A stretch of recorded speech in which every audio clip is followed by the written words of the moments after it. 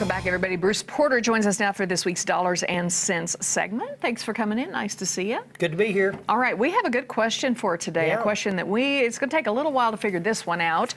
My mother is in failing health and we are unable to care for her at home. What information will I need in order to determine her eligibility for Medicaid assistance in a long-term care facility? Determining the most cost-efficient way to provide for care is the concern.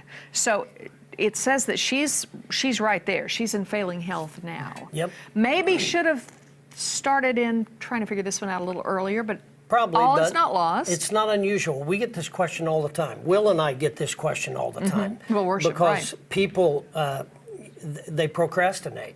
They think, oh, it's not going to happen to me. Oh, that's not going to, I'll figure it out when I get well. All of a sudden, you're there. Now you got to figure this out. So let's talk about three things that are kind of important. $1,999.99. That's the amount of assets you're able to retain and qualify for Medicaid. All right? Did you hear that amount? $1,999.99. Not a lot. All right? Spouse that's left at home can retain $24,160. All right? Doesn't make sense, No, right? These are just important numbers. Okay. And then you need to remember 60 months prior. Okay. All right? So if you want to protect your assets and you want to do something to prevent you from losing everything to the cost of care because you're not eligible for Medicaid, what you have to do is you have to do that preparation 60 months in advance. So 5 years ahead of time, you need to know what's going to happen 5 years from now. That's right. Right? Spend down is nothing that's fun to go through, but there's lots of things to consider. We have the partnership program in Missouri with long-term care insurance that can help.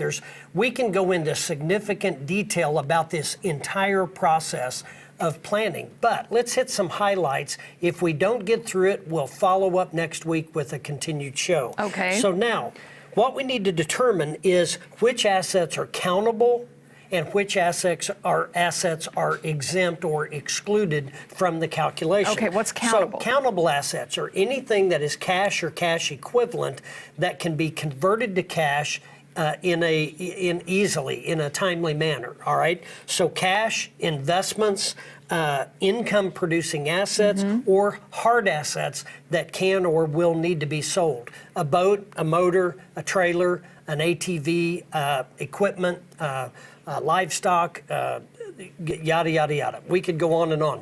Anything that can be converted to cash that will prevent you from qualifying for Medicaid. What about a rental house? If you derive absolutely. income from the rental house. Okay. Income can be used to offset cost of care, but the value of the rental house is not excluded or exempt from the spend down calculation. So if that rental house is worth $100,000, it doesn't matter if it's held in equity or held in cash, it's not an exempt asset. So that means that it would have to be exposed to the cost of care before you would be eligible for Medicaid. Okay. So you would either have to sell it or convert it to cash, which you'd have to sell it to do that. You can't give it to your children and sidestep it unless you do that 5 years in advance. So that's where the 5 years or 60 months comes in. That's right. You can't just all of a sudden go, okay, I'm going to give everything away. Now I qualify for Medicaid. Well, you can't do that because they prevent you from that. You can't falsify documents. They call that Medicaid fraud. And there's a really nice condo they have available in Leavenworth that is, 3 meals a day. It's really great. Of course. So Just it has to be done accurately. All right. So anything that can be converted to cash is what's called a countable asset. All right.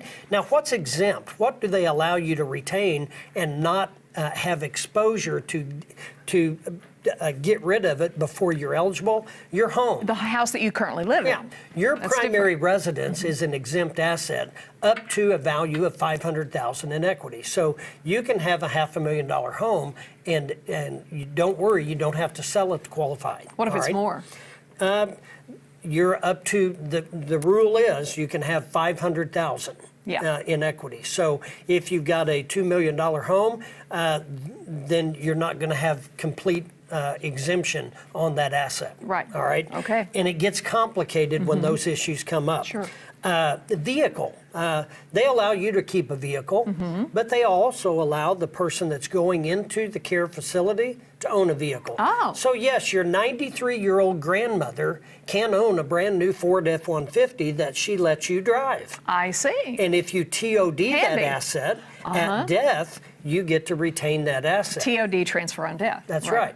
So again, there are some things that you can do to creatively to take advantage of what they allow. Okay, we got all about right? 1 minute. Prepaid final expense plans, they're exempt as long as they're irrevocable. You can't buy it, qualify for Medicaid, and then cash it in a month later and get your money back. Not fair. So it has to be an irrevocable contract. Any debts or obligations you have, they are exempt. They allow you to pay your debts.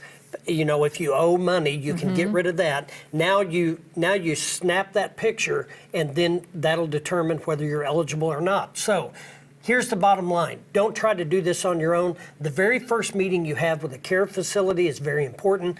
Description of your assets. They want to know where everything's at. Get some help. Call us. Call somebody to give you some advice on how to organize, and we'll be glad to help. Otherwise, that condo at Leavenworth could be yours. That's right, for a Yeah, very you don't small want that. price.